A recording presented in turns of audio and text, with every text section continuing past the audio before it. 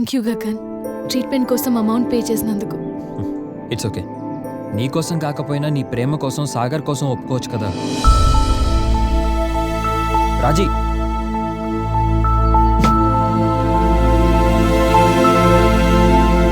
రాజీ,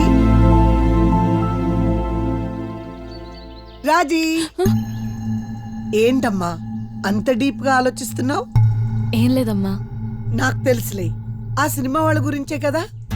ముందు నువ్వు కాఫీ తాగు.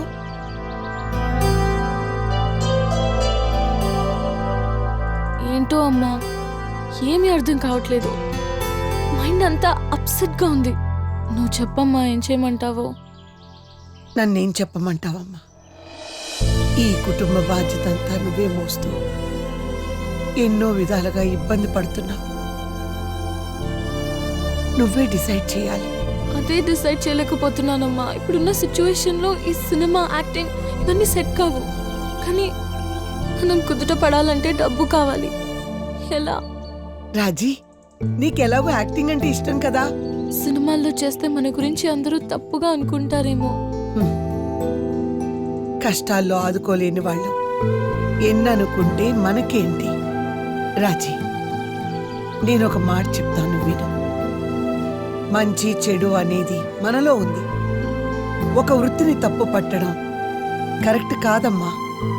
సాగర్ మన కోసం ఎంతో త్యాగం చేశాడు. ఇప్పుడు సాగర్ రుణం తీర్చుకునే సమయం వచ్చింది.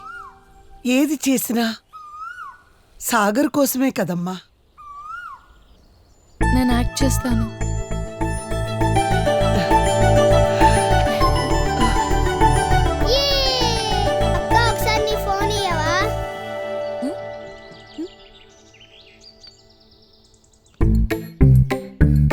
Hello Gagan sir, Gagan sir, మా అక్క యాక్టింగ్ చేయడం కప్పుకుంది సార్. త్వరగా రండి sir.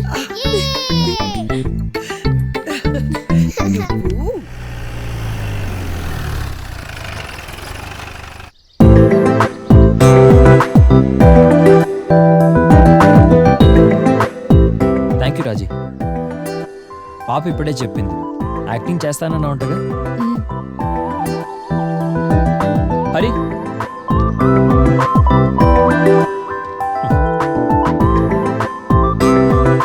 All the best. Thank you.